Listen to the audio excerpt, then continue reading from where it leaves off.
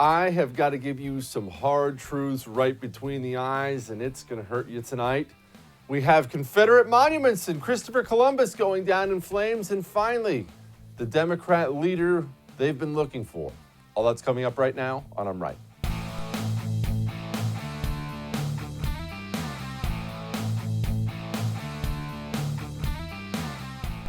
All right, here we go. Before I get to the news, the video clips, the sound clips, the funny stuff, the bad stuff, everything else, we have to have a little conversation. There's something you need to hear. I am sorry. Well, I'm not sorry, but you do need to hear it. Are you ready for this? I hear conservatives all the time say this. Oh, we're the silent majority. Yeah, but we're the silent majority. Well, yeah, they have all that, but we're the silent majority. And you know what that is? On top of being a bunch of crap, it's a security blankie for you. That's all that is. It's something that makes you feel better. Look, I've done it myself. I'm not just pointing fingers. It's something that makes me feel better. Well, yeah, I mean, they have everything, but we're the silent majority. No, we're not. Stop saying that. Stop convincing yourselves there's some 50-50 split in America, or there's this 51%. At least we have that 51%. It's easy to convince yourselves of that when you have Donald Trump sitting in the Oval Office.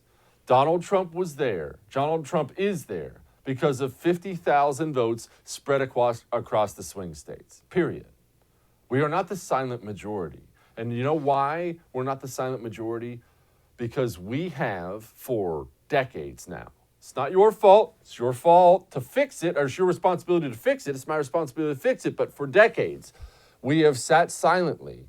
We have ignored the fact the left views the ideology battle in this country, the ideological battle, I should say, as a war. You and I view it as a political disagreement. That's why they own everything now. What do you actually have as you sit around talking to convincing yourself, convincing your spouse, convincing your kids? We're the silent majority. Oh, it's fine. We'll be the silent majority. This will be fine. Look at these things. It's fine. These riots are fine. We're the silent majority. No, you're not. You are a small minority rebel force. They own everything. Yes, you have Donald Trump. Yes, we have Republican control of the Senate, as good as that's done us. What else do you have? You don't even have the Supreme Court. You think you do. That idiot Roberts in the Supreme Court rules against you as often as he rules for you. They own everything else. They own the entire American education system. They own over 90% of federal employees. They own over 90% of the media. They own 100% of Hollywood. They own corporations in America. Have you seen your television set for the last week or two? The censorship, which we'll talk about tonight. They own all of it. They own everything. And you're sitting there. Well, we got Donald Trump. I guess we're still the majority. No. They have everything. Even if Donald Trump, Lord willing, gets reelected, you have lost the culture war. I have lost the culture war. Now, that's the bad news. The good news is that doesn't mean all hope is lost. We just, pack up our stuff and go home. But it does mean we have to change the way we think in the United States of America as people on the right. You are not the silent majority, really secretly in control while the left controls everything else. No, you have to start conducting yourself as the rebel force, as they have done for 70 years. That's why they've gained. That's why government has only grown for 100 years. It's never shrunk, because they act like this is life and death, and if we don't get this done, this massive majority is going to crush us. We have been far too complacent for far too long, and that's why the leftists have taken it all. They took my own church from me. Last Sunday, pastor gets up. It's all social justice warrior this, and Black Lives Matter that. And I just threw my hands up and thought, man, they have everything. And they do. Let's start conducting ourselves that way instead of convincing ourselves that, well, as long as Trump's there, we're fine. We're not fine. Whether Trump's gone in half a year or 4.5 years, we are not fine. Start acting like you're not fine. Start approaching everything in your life as if you're not fine. as if you have ground to gain back because you and I have given up far too much of it. That's one. I had to get that off my chest. Two, I haven't even gotten any news stories yet. I might just talk in the camera all night. I don't care. It's my show. Two, can we stop pretending like crime and punishment, there's some easy solution for it? Every nation in the history of mankind has struggled with crime and punishment. What do? Do you go too hard? Do you go too soft? Do you rehabilitate? How do you handle a police force? How do you handle criminals? How do you handle incarceration? How do you handle capital punishment? Let's not pretend that there are simple solutions to these problems, even though apparently we have simpletons who are trying to solve these problems. There aren't. And look, I've been one who's been openly willing to criticize law enforcement on several occasions, not necessarily for racism, because I don't think there's a lot of evidence of that out there. Is there some? Oh, yeah, I'm sure there's some. I've no doubt about that. There's 800,000 cops. There's going to be some racists mixed in there. I'm sure of that. I've been critical because I think law enforcement oversteps so often, empowered by politicians. We talked about that during the lockdowns. But let's also not convince ourselves, anybody in this society, that cops are the problem we're facing. Be serious here. These are still people who wake up every day, for the most part, the vast majority, and they go and they wade through the muck of society every single day and risk their lives. Let's keep that in mind. And you know what? This guy sums it up pretty nicely. This isn't stained by someone in Minneapolis. It's still got a shine on it. And so do theirs. So do theirs. Stop treating us like animals and thugs, and start treating us with some respect. That's what we're here today to say. We've been left out of the conversation. We've been vilified. It's disgusting. It's disgusting. Trying to make us embarrassed of our profession. 375 million interactions. Overwhelmingly positive.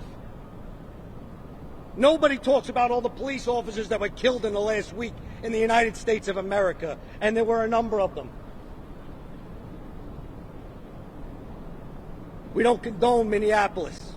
We roundly reject what he did as disgusting. It's disgusting. It's not what we do. It's not what police officers do. Our legislators abandoned us. The press is vilifying us. Well, you know what, guys? I'm proud to be a cop. And I'm going to continue to be proud to be a cop until the day I retire. I got to tell you, there is something really, really cool about New York cops. Look, call me a softie because I love New York City. I know their mayor is a complete dirtball right now. I know they've got problems, but I do love New York cops. And apparently, if you listen to this guy, there's going to be a lot fewer of them.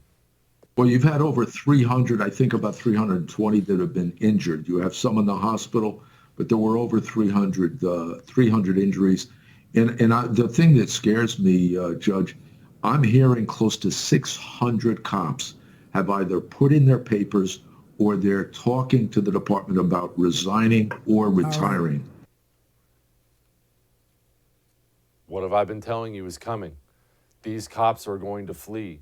Either they're going to resign and move out to the suburbs where they're appreciated, or they're just going to call it quits.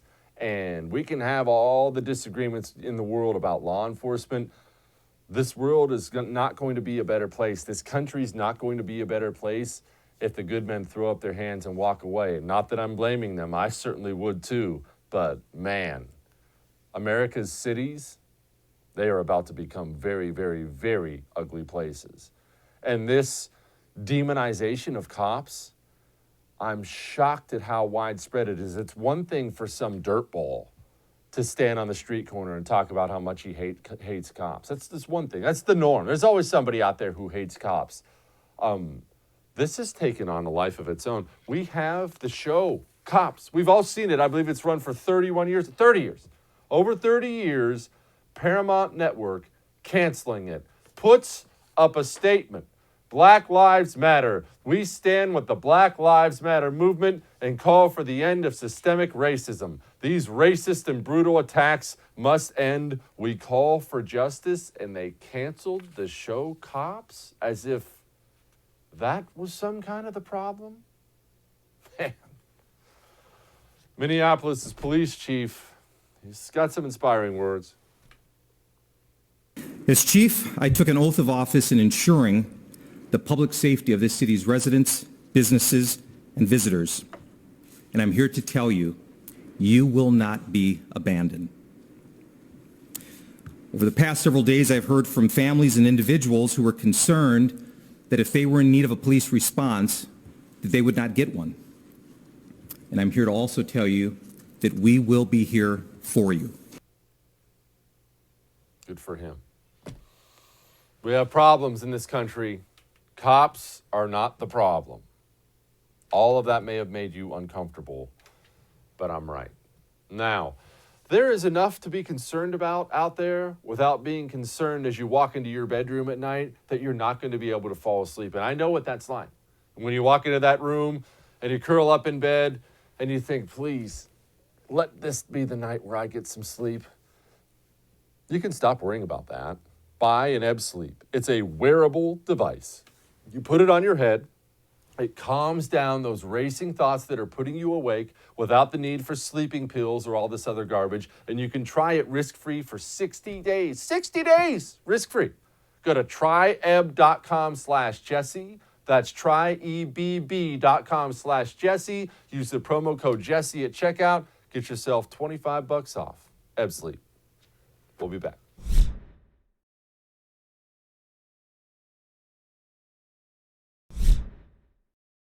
Well, you know we had a civil war in this country, right? I know, stop me if you haven't heard this before. The United States of America at one point in time split up. And I'm a Civil War freak. I love it. And I get very, very frustrated watching modern day Americans try to discuss the Civil War. And here's why.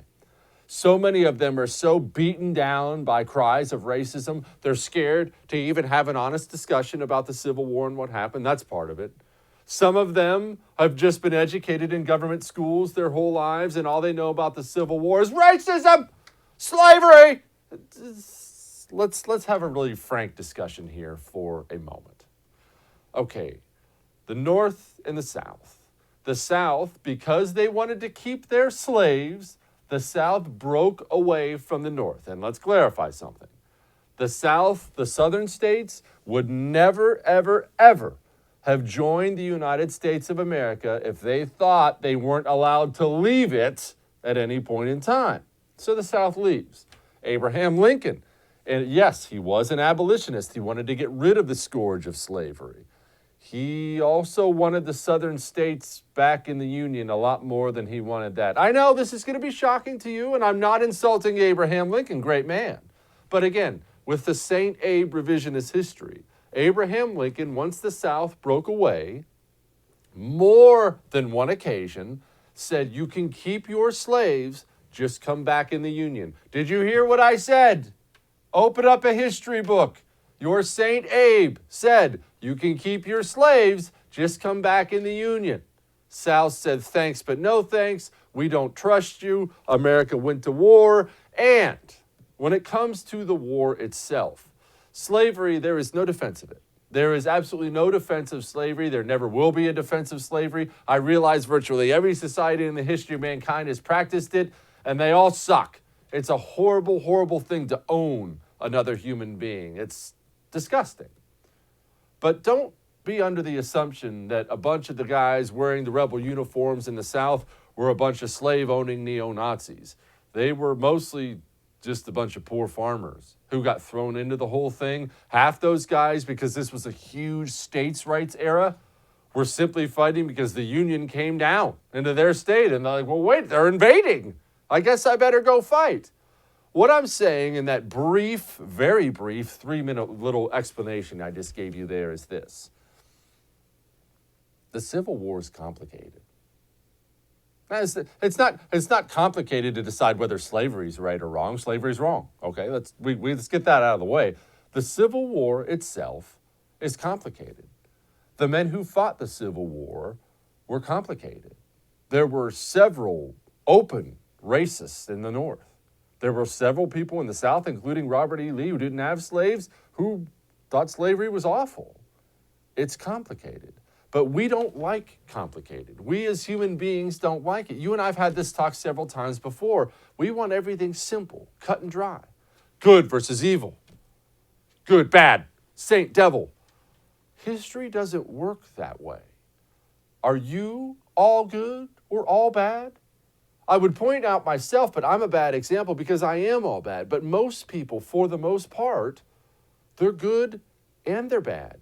Conflicts, for the most part, are good and they're bad. Understand that the Civil War, wherever you fall on it, whether you're a history nut and love it, whether you just hit the high points, it doesn't matter. It is a huge, huge part of American history. Don't eliminate it. Talk about it. Have extensive discussions about it. I sit and watch Civil War documentaries with my sons about it, even though they yell and scream and say it's boring. I tell them, shut up and sit there, we're learning. Discuss history. Don't eliminate history. Now, Mississippi. This is the current Mississippi flag. Look at this. Obviously, you see the old Confederate flag in there. There is a new design proposed, and this is what the new design looks like. Okay, here's the thing. I don't have an issue with that, a big issue, except here's the only issue I have with it. It's leading to other things. It's leading people to believe that they should eliminate the history of the South. Have you guys ever been to the South? I've spent a lot of time in the South. And granted, I've spent a lot of time all over the place. They're wide open to talking about the scourge of slavery, about the Civil War. You can both talk about it, think slavery is bad, and learn. And no, we don't have to rename our bases. Army Secretary open to renaming military bases named after Confederate generals? What is that? What is that? Again, it's easy in hindsight to point a finger at all these men and say, you racist. A lot of these guys were some of the finest generals who existed in the history of mankind. Brave men. Yeah, fighting on behalf of a cause that is not a good one, but still, brave men who went out there and did it. Did you do it? What have you done? I see this endless criticism out there of the South and things happening in the South and things that happened in the Confederacy. They put on a uniform and they fought. That's worth something, right? As Americans. Donald Trump, to his credit, came out and said, it's been suggested we should rename as many as 10 of our legendary military bases, such as Fort Bragg in North Carolina, Fort Hood in Texas, Fort Benning in Georgia, etc. These monumental and very powerful bases have become part of a great American heritage and a history of winning, victory, and freedom. The United States of America trained and deployed our heroes on these hallowed grounds and won 2 world wars. Therefore, my administration will not even consider the renaming of these magnificent and fabled military installations. Our history as the greatest nation in the world will not be tampered with. Respect our military. We cannot eliminate our history. We cannot rewrite it, nor should we even consider doing so. Confront it, discuss it, as you should with all problems. Now, the Washington Post.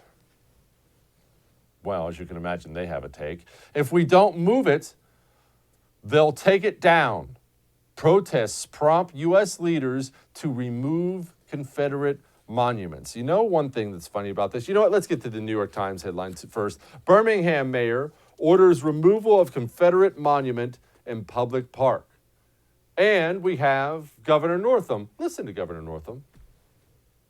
You see, in Virginia, we no longer preach a false version of history, one that pretends the Civil War was about state rights and not the evils of slavery.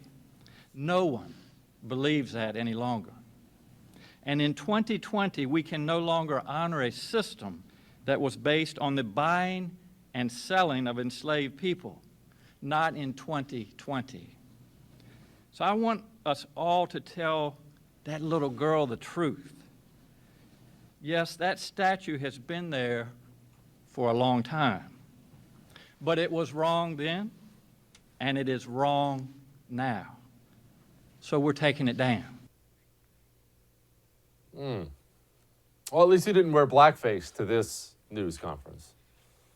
You do not learn about your history, including the mistakes, by eliminating it. The very concept of that I find to be utterly absurd. And I also get a kick, well, I'm horrified by it, but I do get a kick out of watching all these leftists destroy all these things while calling other people fascists.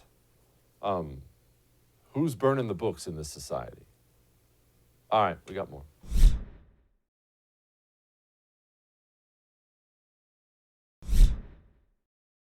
Joining me now, the Washington editor of Spectator USA, and of course, regular on my show, Amber Athey. Amber, let us begin with cops. There is apparently this massive movement that has decided cops are the bad guys. Now, I have no issue with people criticizing cops now and then. I certainly have on occasion myself. I do have an issue with all of society deciding on its own that cops are a bunch of racist dirtbags and that cops are the problem. We're even canceling the show Cops. We have these New York cops retiring, quitting in droves. This is not focusing on the right priorities. No, it's really a horrible thing to see. I have police officers in my family. I know them to be wonderful people, and the idea that they are being smeared by these groups like Black Lives Matter and the media and the Antifa is just absolutely disgusting. Tucker Carlson had a great segment on his show just a couple of weeks ago where he actually broke down the statistics of unarmed police shootings of unarmed Black men.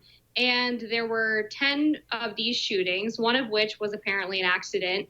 5 of them were completely justified, where the police officers had been attacked by the suspect before firing their weapons.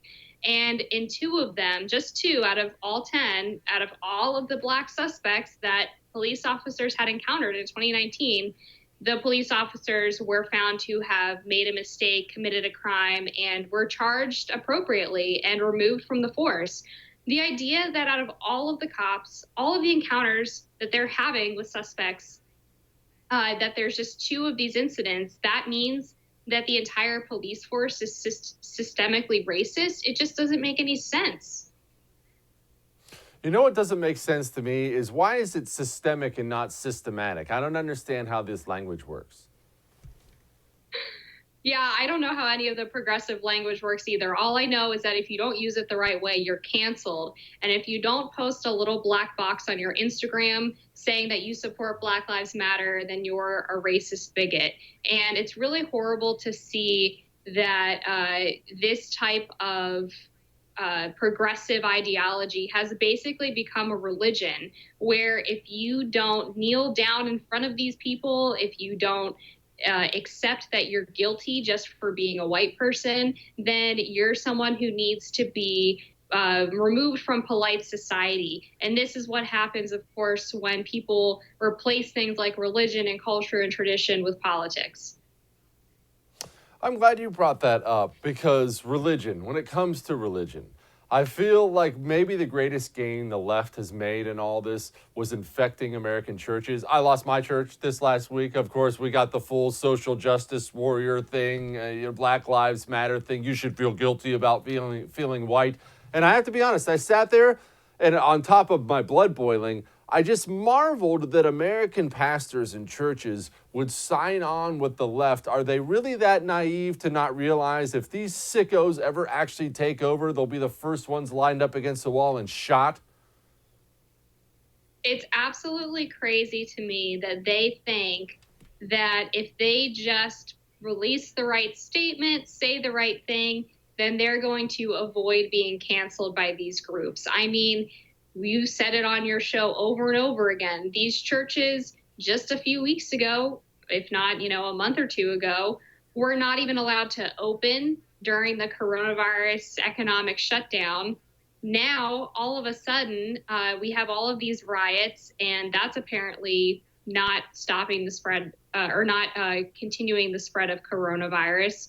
And the churches just apparently don't have a problem that there's a double standard with the fact that they can't even preach to the people in their flock. And now instead, they are the ones being preached to by people who have just broken all of the rules that they had to abide by. The double standard in all of this is really sickening to watch.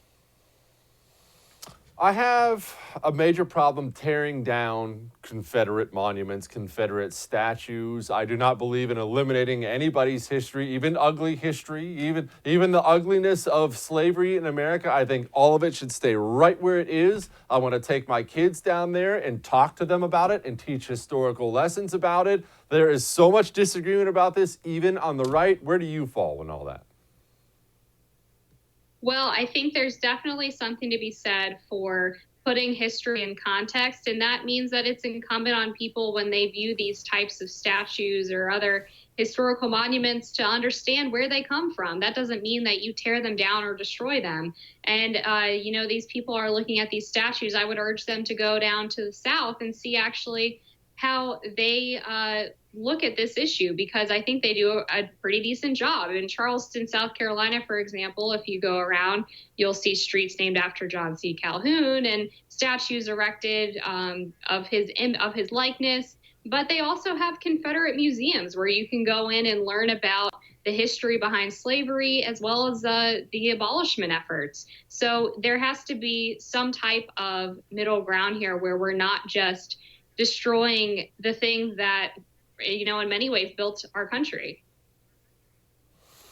Amber, I feel like people on the right have a very difficult time addressing issues on race. And I don't feel like it's because they're racist. I feel like they've allowed the media to beat them down so much and do that you're racist, you're racist, you're racist thing so much that now they're afraid to ever address it. I mean, I obviously address it, but that's because I don't have any feelings or any soul whatsoever. Others on our side are scared to do it, or they try to out SJW the left, and honestly, it makes me want to vomit.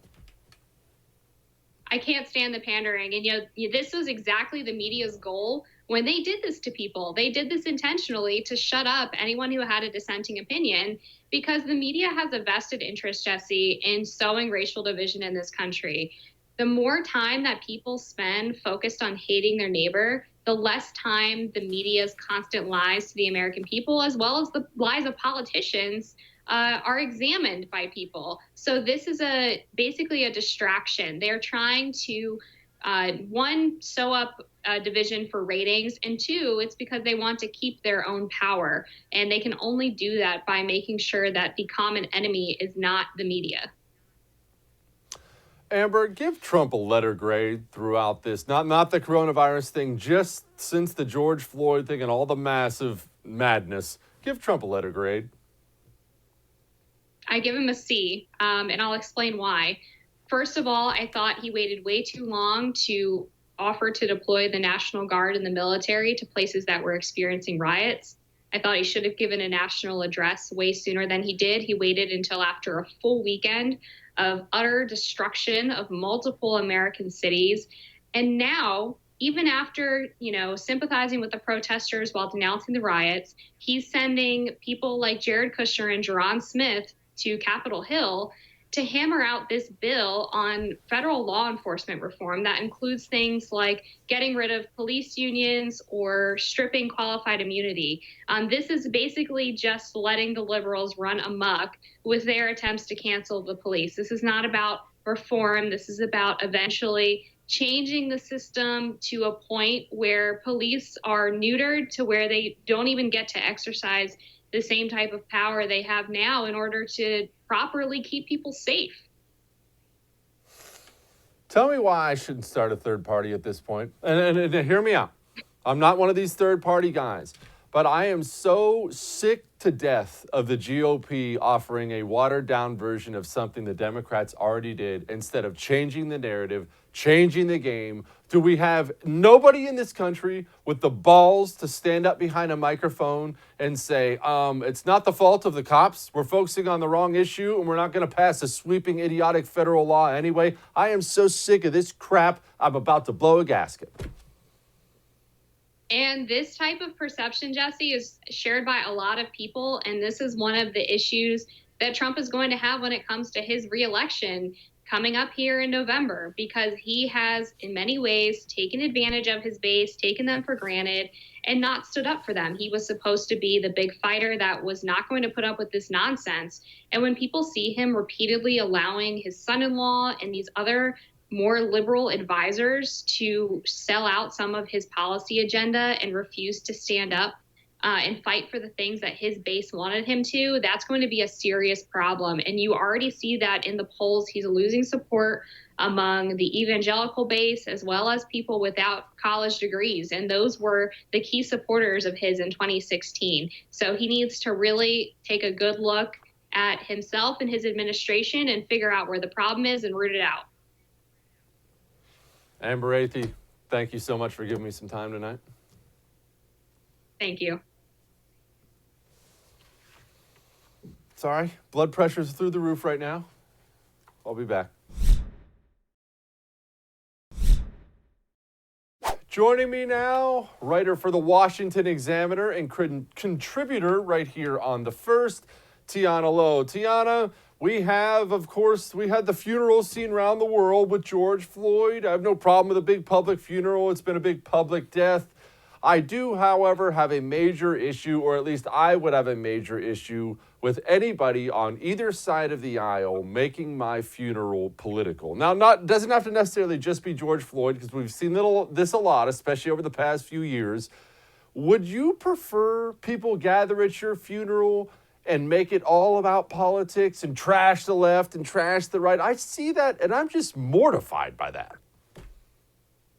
Absolutely not. And also, George Floyd is someone, I mean, as his brother said, he loved his city. He loved Minneapolis. He wouldn't want to see it burn to the ground. He was someone who wanted to touch everyone, not divide and conquer. I mean, right now, if you see the public opinion swing on Black Lives Matter and on the belief that the police need some sort of sweeping reform to make individual racist cops less able to get away with crimes and abuses of power, it's right and left together. You know, a new poll came out from the Washington Post that found that almost half of all Republicans agree that the system must be reformed and that it's systemic, that the George Floyd death indicated there is some sort of problem with racism in the police force. This could be a galvanizing moment to affect real change. Instead, it's become this weird bludgeon against left and right. This is not what Floyd would have wanted, and it's not the best use of this time. We could be productive. I'm glad you brought up sweeping reform. Anytime I hear words sweeping reform, it makes me grab the trash can next to me and begin vomiting into it. I don't want to hear federal laws about anything. If Minneapolis has a police department full of neo-Nazis, I don't know, I'm not in Minneapolis, maybe they do, then Minneapolis should change it. If New York does, then they should. If LA does, then they should. But I see we have Republican senators now, we have Democrats proposing sweeping federal laws. Why do we need federal laws when there's no one problem and there's no catch-all law? So the one thing that does require the federal intervention of Congress in order to change is this doctrine of qualified immunity. I'm not an attorney, you're not an attorney, so I'm not going to get into the semantics of what should specifically be done with it. But I think that there is some large consensus that even if you don't abolish qualified immunity, some reform could be in order. We have seen a lot of these cops get off, racist and non-racist, just cops get off with abuse of power generally, specifically because qualified immunity protects them from prosecution and protects them from guilty verdicts. That's one thing that could be done on the federal level. But that's not the conversation we're having. Instead, it's defund the police. Actually, defund the police doesn't mean completely defund it. It just means do X, Y, Z. But people don't like talking about solutions because solutions aren't very sexy. The fact is, there is at least the framework of a solution here, and again, Republican voters are on board. And quite frankly, I think you and I both wouldn't mind cops having less power. I'm always down to have the government have less power. It's just a little bit rich when the people who want to take 3/4 of our income and legislate how we teach our children and where we go to church and how we live our lives, that those same people also think that we would do it if the police didn't exist. I mean, Jesse, let's be real. Would you pay your taxes if there was no threat of a cop coming to your door to make you pay? Yes, I think this elimination of the police department is completely laughable, but you're right. And that's what frustrates me so much, Tiana, is about 2 weeks ago, if you'd asked me if law enforcement should be put more in check, I would have obviously said, yes, I've always been on board with keeping law enforcement in check. I've never been one of these people who just worships at the altar at all times. I thought the enforcement of the coronavirus lockdowns really hurt public trust in law enforcement. At the same time, I don't care which community we're talking about in America. Cops are not the problem. And if people are this angry, as you brought up, about government power, why is there nobody outside of about 10 of us in the United States of America saying, why don't we reduce everybody's power? I'm fine with slashing and burning everybody's power in this country. I mean, yeah, that's the thing, right? The same people who say abolish the police are the ones who want to take your kids from homeschooling, are the ones who want to shut down your church, are the ones who want to tax you and your business the majority of your income, So it really does make no sense. I mean, and this is not a fringe idea. Ilhan Omar endorsed Minneapolis defunding their police department. And it's a Democratic non-starter, too. There's a reason why Joe Biden is running away from this thing and why his advisors are all smashing the retweet button as quickly as possible when Karen Bass and Jim Feinberg point out, hey, guys, when there are no cops and when they're just vigilante justice, this has not exactly wound up well for marginalized people. I'm 5'6", and my arms have turned into spaghetti because I haven't been to a gym in 3 months because the Democrats in my city outlawed it. If we got rid of the police, I'd buy an AR-15 tomorrow and live in a bunker in the ground. It's not like the only way you can live in a world that is not very carceral and does not have mass proliferation of police are if you live in the world that you and I want, where everyone has a gun, where everyone lives their own lives and no one is legislating for you how to teach your kids how to run your business. But that doesn't work in the left-wing world that Democrats want. You do need law enforcement for a reason. If you want more laws, you need more enforcement. Tiana, I don't cheerlead for this because I love my country, but I see this country racing in opposite ways a lot faster now than even a month ago. I see these cities turning into absolute nuclear wasteland hellholes, and I see more rural America, or at least the burbs, turning into, it's where everybody's going to flee. It's just what happens. And yes, that's going to suck for the city that just got vacated, especially the poor people there in that city. But I see America fracturing, and not along state lines, and I mean fracturing majorly. Am I crazy? No, you're not crazy at all. I mean, at least like a month ago, we were all in this together, quote unquote. And now, you have Democrat politicians letting these looters burn these cities to the ground, quite literally in some cases. My entire street got boarded up because the multiple businesses on my street were destroyed. DC is becoming a S-hole country, for lack of a better term. And, these partisans are cheering it on. Think about it. 2 weeks ago, if you wanted to not just do something frivolous like go to brunch, which is the thing I've been missing, but go to church. Mm-hmm. Go have the right to make your own income again. You were laughed off as just wanting to kill grandma. Even if you're saying, that's fine, you can do church outside with mass social distancing, you just want to kill grandma. If you want to go riot in the streets, or even just, I saw so many protesters in DC not wearing masks, not social distancing, and we know what's the number one way of transmitting the coronavirus? Exhaling a lot, screaming, singing. It's the reason why we know these choirs are sharing coronavirus. And that's exactly what they did. And it's as though all of the social distance shaming of the past 3 months never ever happened because it was for the right cause. And quite frankly, the reason why it annoys me so much is it doesn't even feel like it's about George Floyd anymore. I mean, think about it. Black Lives Matter, this could be this whole time for Black Americans to individually voice their own experiences with the cops. Instead, I had a bunch of white woke liberals retweeting Black squares into my Instagram feed and into my Twitter feed. How is this productive? It's not. It's just partisan pandering, and it's meant to divide and conquer. Tiana, I have a theory on that. I think that there are a lot of different aspects to all this looting and rioting. That obviously, yes, Antifa was one of them, although that's an easy scapegoat. We blame everything bad on Antifa. That's a bunch of crap. It just makes everybody feel good. A lot of it was gangs. A lot of it was peaceful protesters. And I think a lot of it was middle class, upper middle class, suburban white kids who were bored with nothing better to do, deciding to go get their riot on for a weekend and satisfy some boredom and speak truth to power and feel like they were doing something. Oh, well, I mean, of course they were. I'm bored. Aren't you bored? For 3 months, we've told people you can't go into your office, you can't go to the bar, you can't go to church, you can't see your friends, you can't burn off steam by going to the gym, and some social media jerk will take a photo of you if you try and just enjoy yourself at a public park by yourself. So of course people are bored. This should shock no one. I'm just surprised that it didn't happen even sooner than this. You know, we took 40 million people in America, kicked them out of their jobs, destroyed at least tens of thousands, if not hundreds of thousands of businesses permanently, and deprived people of their social lives and work, which brings people personal satisfaction and fulfillment. So of course they're bored. I blame them for rioting in the streets. I blame them for probably upping the odds that we all get this frickin' virus. But I don't blame them for being angry in the first place. Tiana, what's your go-to brunch order? Please don't say it's like avocado toast or something gross and womany and healthy.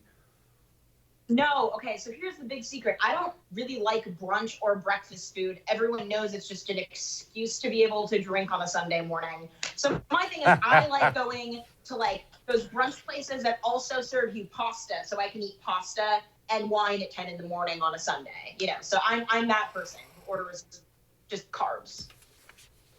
Brunch fail. Tiana Lowe, appreciate you. All right. We got something you got to see. Hang on.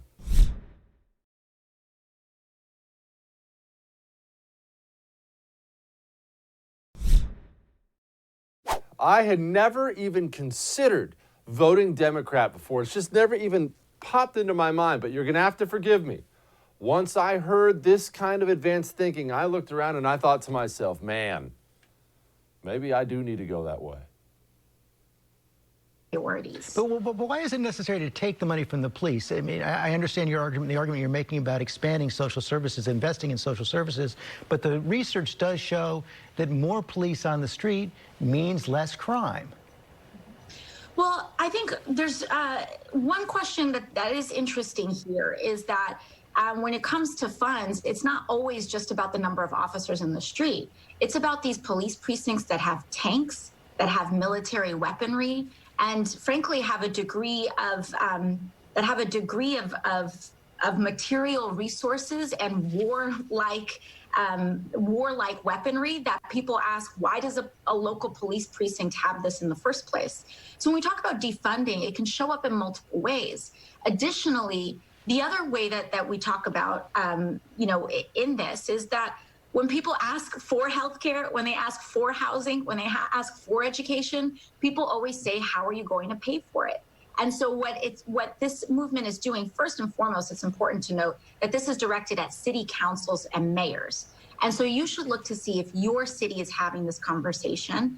But first, and the other question here too is, I think it's a valid question for people to ask, what should be our number one budget priority at all? Does any agency deserve to be funded more than almost all the others for healthcare, housing, and youth combined? But what do you say?